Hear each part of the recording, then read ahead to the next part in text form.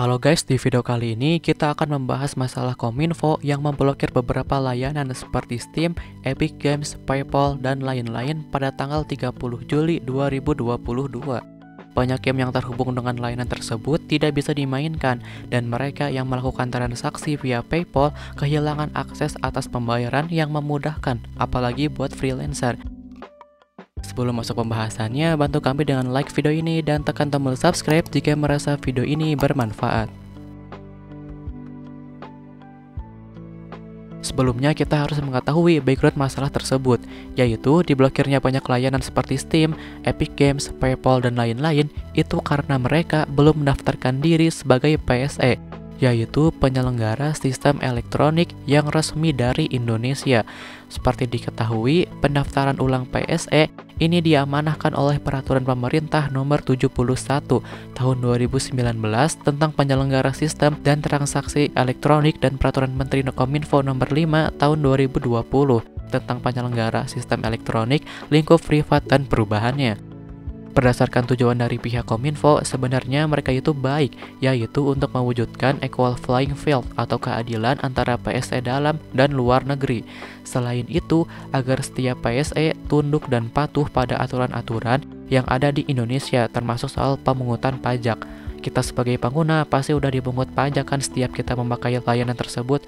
Jadi, apakah mereka sudah? Lalu, kenapa yang diblokir itu tidak mendaftarkan diri?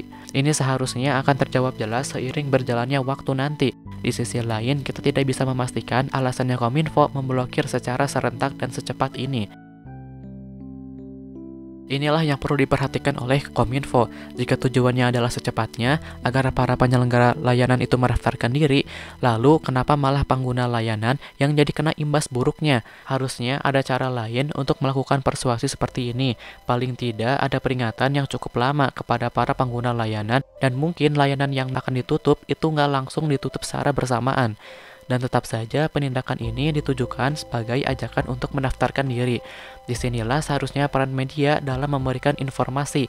Bahkan hampir tidak ada media yang memberikan informasi mengenai layanan yang akan diblokir sebelumnya.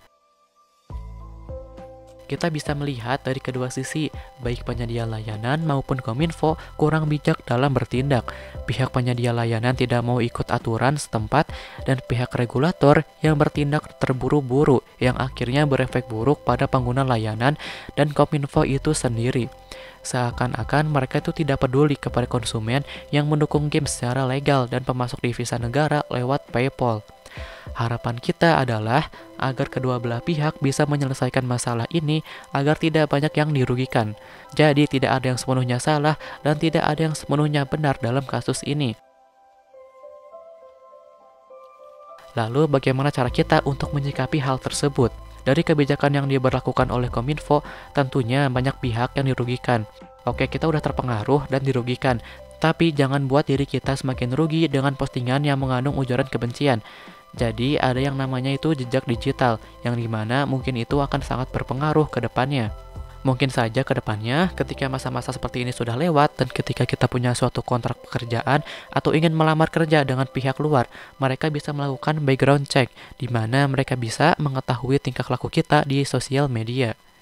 Atau contoh lainnya, ketika banyak netizen yang merespon kasus ini dengan kemarahan yang tak terkendali, kejadian ini bisa saja dilihat oleh pihak luar, yang dimana mungkin saja mereka yang tadinya ada semacam sesuatu seperti invest di Indonesia, bikin sesuatu atau apapun itu, jadi merasa takut. Jadi wajar aja ya jika kita marah, tapi ada cara yang tepat untuk menyalurkan kemarahan tersebut, seperti memberikan masukan yang baik dan benar. Siapa tahu pendapat kita bisa menjadi pertimbangan. Mungkin saja mereka itu sebenarnya ingin mendengar terhadap masukan, tapi komunikasinya aja yang kurang. Banyak yang bilang juga nih, bagaimana dengan situs judi atau web haram lainnya? Kok nggak diblokir sama mereka? Sebelumnya, kita harus memahami konteksnya dulu. Alasan blokir itu bukan masalah negatif atau tidak, melainkan daftar atau tidak. Mungkin nanti setelah semua layanan terdaftar, barulah kita bisa bikin petisi untuk memblokir situs-situs negatif tersebut. Di sini aku bukannya nggak setuju bahwa judi online seakan-akan kurang dibatasi di Indonesia. Tapi ini adalah konteks yang berbeda. Pendaftaran PSE itu sebaiknya dipisah dari pembahasan yang lain. Jangan cari banyak cara untuk menghujat pihak yang dianggap salah, karena itu hanya akan menyakiti individu dalam organisasi yang kita anggap salah. Seharusnya kita protes sembari memberikan solusinya. Bahas soal judi online itu cuman bisa bikin nambah masalah doang. Jadi berbijak-bijaklah dalam bermedia sosial. Jangan membuat mereka yang terkait menjadi bingung dengan banyaknya komentar yang frontal. Berikanlah saran yang baik dan santun. Dan juga jangan kebanyakan cocokologi mengenai suatu kasus, karena biasanya banyak hoax yang beredar dan informasi yang masih abu-abu. Jadi berhati-hatilah terhadap segala informasi yang diterima.